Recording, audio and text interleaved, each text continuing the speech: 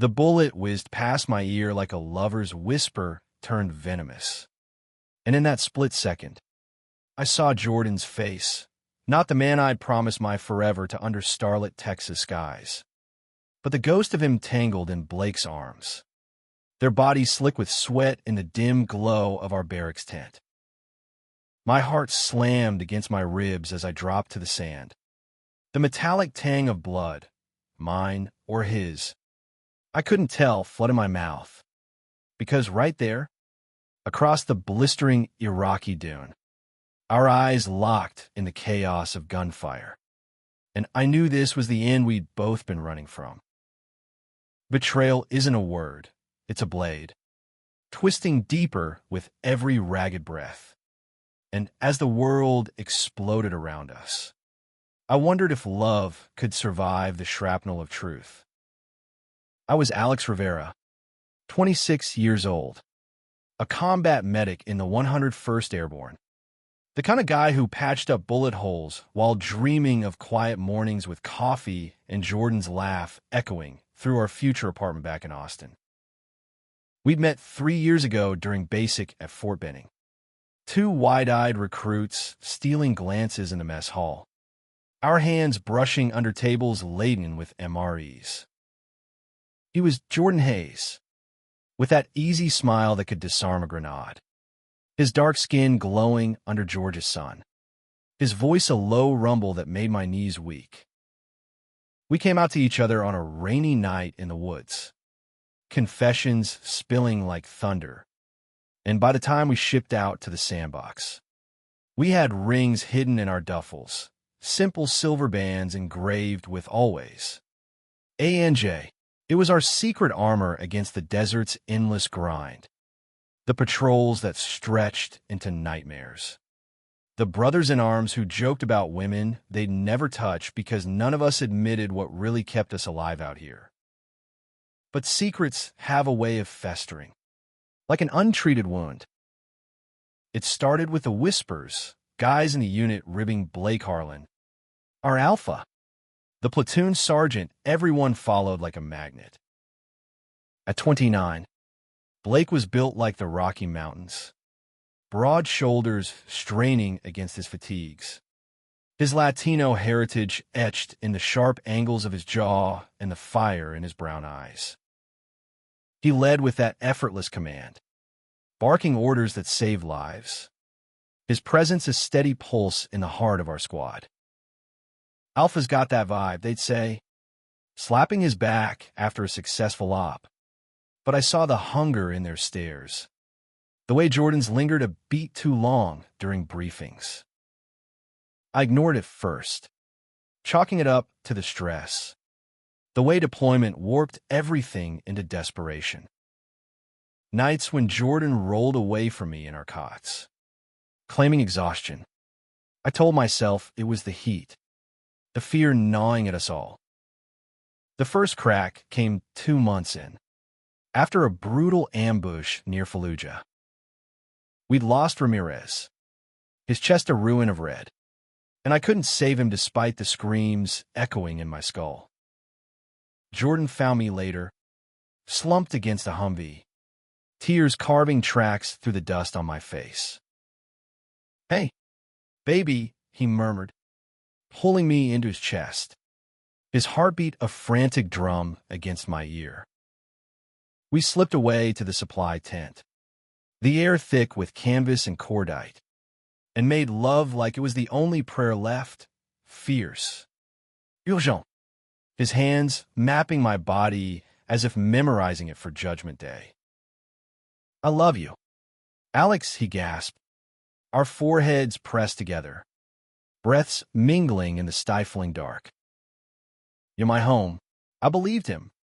God help me. Because in that moment, with the world crumbling outside, he was the only truth I had. But truth is fragile, and ours shattered on a moonless night in July. I was on night watch, the radio crackling with static, when thirst drove me back to the tent. The flap rustled like a sigh, and there they were, Jordan and Blake, Silhouettes fused in the lantern's flicker. Blake's massive frame pinned Jordan against the cot. My fiancé's legs wrapped around his waist. Moans low and guttural. Hands clawing at fabric like they were drowning, and the other was air. I froze. The canteen slipping from my fingers. Water pooling at my boots like spilled blood. Jordan's head snapped up, his eyes widening in horror. But Blake just turned, unashamed, his chest heaving, sweat gleaming on his skin. "Alex," Jordan choked, scrambling for his pants. But it was too late. The image burned into me, my ring on Jordan's finger, glinting mockingly as it tangled in Blake's dog tags. I didn't scream. I didn't fight. I backed out into the night, the stars mocking me with their indifference, and puked until my throat was raw. How long had it been going on? The late patrols, the strategy sessions that left them flushed and disheveled? Blake, the alpha. Everyone knew what that meant in our unit's undercurrent. The unspoken code where dominance wasn't just about rank, but about who claimed what in the shadows. He'd always eyed Jordan like a prize. That predatory grace masking the vulnerability I glimpsed in quieter moments.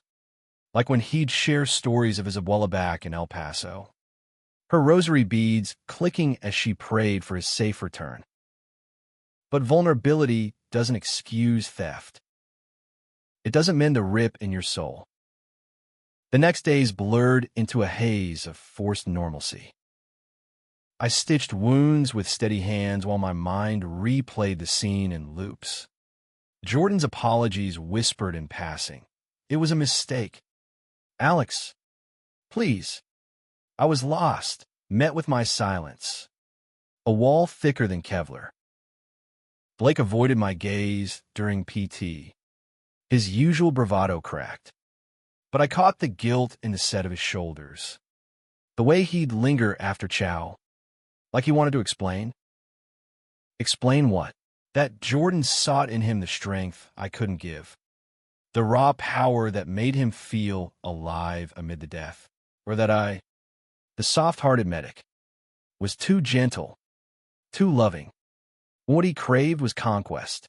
We rotated to a forward operating base near Mosul, the air humming with tension as intel whispered of an ISIS push. The unit buzzed, 50 men, a tight-knit family forged in fire, where queerness was our shared ghost, hidden behind straight-laced facades and don't ask, don't tell echoes even after repeal. But out here, labels dissolved, survival stripped us bare. I threw myself into work, triaging locals with shrapnel scars, their eyes mirroring my own fractured gaze. Late nights, I'd write letters I never sent, pouring out the rage, the love that wouldn't die. You were my anchor, Jordan. Now I'm adrift in this hell, wondering if I ever knew you at all. One evening, as the sun bled orange over the Tigris, Jordan cornered me in the med bay. The tent smelled of antiseptic and regret, fluorescent lights buzzing like angry hornets. "Alex, talk to me," he pleaded, his voice cracking, hands hovering like he feared I'd shatter. He looked wrecked, bags under his eyes, uniform rumpled, the ring I'd given him now a noose around his finger. "It wasn't about you. Blake. He gets it. The pressure, the fear." One night, after that raid where we almost lost Mikey, I just broke. "But I love you. Marry me still. We can fix this. Fix it." The word tasted like ash. I laughed, a hollow sound that echoed off the metal lockers. "You think love's a bandage? You chose him. Jordan. On our cot.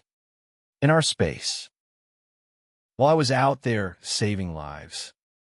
You were saving your loneliness with the one man who could break us all. Tears stung, hot and unbidden, but I held his stare. The boy who'd stolen my heart, now a stranger wearing its skin. Get out. He left.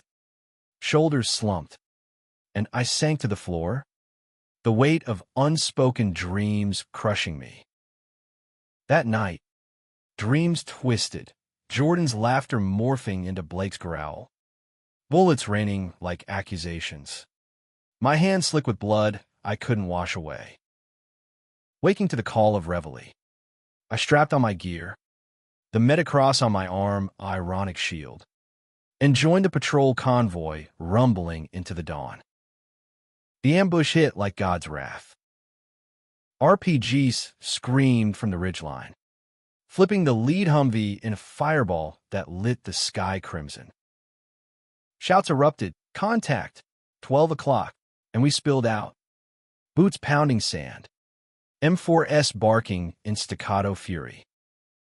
I dove behind a wrecked tire, radioing for dust-off, my voice steady despite the terror clawing my throat. Bodies fell, Thompson gut shot, screaming for his ma, Diaz dragging a wounded private, blood soaking his camis. Amid the smoke, I spotted Jordan, crouched low, returning fire with that fierce grace I'd always admired, his profile etched against the inferno. Then I saw Blake, bellowing orders, his alpha instincts in full roar as he charged a sniper nest, grenades arcing like comets. He was magnificent, terrifying, a force of nature that bent the chaos to his will. But vulnerability flickered, a graze on his arm, blood seeping through his sleeve, and, for a heartbeat, his eyes found mine across the maelstrom, pleading silent forgiveness. I hated him for it, for making me see the man beneath the monster, the one who carried his team's scars as heavily as his own. The fight dragged, minutes stretching into eternity, until a lull fell, deceptive as a siren's call. I rose to tend the wounded, kit in hand. When movement caught my eye, Jordan, separated, pinned by crossfire near a bombed-out wall. Jordan, the name tore from me, instinct overriding hate, and I sprinted, zigzagging through lead hail, sand kicking up like vengeful spirits. A round clipped my vest, knocking breath from my lungs, but I reached him, rolling us both into cover, his body heavy against mine. Alex, God. Alex, he gasped, face pale, a red bloom spreading across his thigh. His hand clutched mine, the ring cold between our palms. I'm sorry. For everything. If I die, you won't, I snarled, ripping open his pant leg, tourniquet biting into flesh as I worked. Bullets chipped stone above us, the world narrowing to this, his pulse under my fingers, erratic but fighting. Not like this. Not after what you did. Tears blur my vision, mixing with sweat, as I pumped morphine into his vein, his eyes locking on mine with that old fire. Blake appeared then, like a thunderhead, hauling us both to our feet, his arm around my waist for support as we staggered back. Move! Evacs inbound. His voice was gravel, breath hot on my neck. And in that crush of bodies, I felt it, the undercurrent, the pull that had ensnared Jordan, now brushing against my own frayed edges. Strength, unyielding, wrapping around my fragility like a promise. We made it to the bird, rotors thumping victory. Jordan airlifted to ballad while I stayed, bandaging the rest, my hands trembling not from shock but from the echo of his touch. Blake lingered after, offering a canteen, his gaze steady. You saved him, he said quietly, voice stripped of command. Even after, I took a swig, water cool against fire in my throat. He's still mine to save. Doesn't mean I forgive you, but the words lacked venom. Curiosity creeping in. Who was this man who'd stolen my world, yet fought like hell to hold it together? Days bled into weeks. The unit licking wounds. Rotations shifting like desert winds. Letters from Jordan arrived. Scrawled in pain. Pleas for reconciliation. Vows of change. Blake was a ghost. Alex. You're my light. I burned them one by one. Ashes scattering on patrols. But doubt wormed in. Was it weakness or wisdom to let go? Nights, I'd watch Blake from afar, him training rookies with patient fire, sharing smokes with the old-timers. His laugh a rare rumble that eased a knot in my chest. He caught me once, during a sandstorm briefing, his hand on my shoulder lingering. "Talk," he asked. Eyes searching. We walked the perimeter, stars pricking the velvet sky. The bass a distant hum. "Why him?" I demanded, voice raw. "Why my fiancé?" Blake sighed, leaning on the wire, silhouette stark against the moon. "Jordan. He's magnetic. Lost. Like me after my last tour. Lost my brother to an IED. Alex. Carries ghosts heavier than rucksacks. One night, he needed to feel something real, not the fear. I gave it. But you," he turned, face shadowed, vulnerability cracking his armor. "You're the steady one. The heart." I envied that. Still do. His confession hung. Electric. Stirring something forbidden. A spark in the ruins of my heart. We talked till dawn. Stories unfolding. His abuela's tamales. My mom's ranch in Wyoming. The dreams war tried to bury. By reveille. Walls crumbled. Not all, but enough for a tentative bridge. Jordan returned a month later. Limp pronounced. Eyes haunted, but hopeful. Rehab in Germany had mended flesh. But the soul? We met in the rec tent. Awkward under ping-pong lights. His hand extended like a truce. "I messed up. Alex. Badly. But I want us back. Please." I looked at him. The man who'd been my everything. Now a echo. "I love you. Jordan. Always will. But trust. It's gone. Like Ramirez. Like the boy I was before this sand. Tears welled. His mirroring. And we embraced. Not lovers, but survivors. The ring slipping from his finger into my palm. A farewell gift. He nodded. Broken but whole. "Then go find your peace. You deserve it." The final op loomed. A high-stakes raid on a terror cell in the Zagros foothills. Intel screaming urgency. The unit mobilized. Nerves taut as bowstrings. Blake's briefing a masterclass in controlled fury. We go in quiet. Hit hard. "Get out, ghosts," he said. Eyes sweeping us. Lingering on me with unspoken weight. I nodded. Kit packed. Heart a war drum. Dawn broke bloody. Choppers depositing us in wadi shadows.